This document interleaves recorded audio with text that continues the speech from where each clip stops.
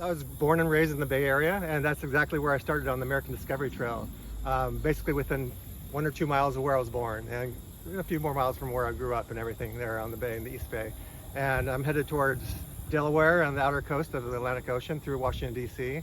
And once I get to the Missouri line, I'll have about 2,000 miles to go. So I've walked about over 3,000 miles to get to this point here. It's kind of a way of life for me.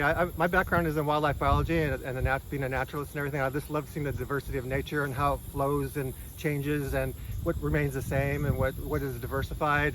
And it allows me to kind of live on the front lines of life. It's like following that energy flow. It's like following the pure intention of getting from here to there and catching like basically a wave on land and everything, to get into that zone. It's a way for me to feel enlivened and to kind of embrace my philosophy of just living from moment to moment, by living more or less in faith of everything is going to turn out just right with a positive attitude, and meeting great people along the way. I've done about 35,000 long distance miles. I do this kind of as a way of life, working as a wildlife biologist in remote places, and then that naturally led me into walking across the country on these long distance trails like the Pacific Crest Trail, the Continental Divide Trail through the Rockies, the Appalachian Trail, and so many more.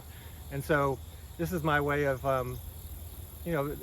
basically engaging in life flow and finding that vitality of being connected with nature. It really varies depending on the habitat and whether there's mountains to climb or if there's just roads or towns to stop in. But on average, it's about 30 miles a day. And because I'll start pre-dawn, and if I can, I'll walk into dark.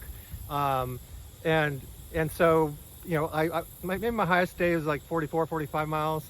And, if it's like a 10-mile day and I come into a town and I get a hotel sometimes just to refreshing and wash myself up in my clothes. So, yeah, I'd say by the time, it's all averaged out 30 miles a day.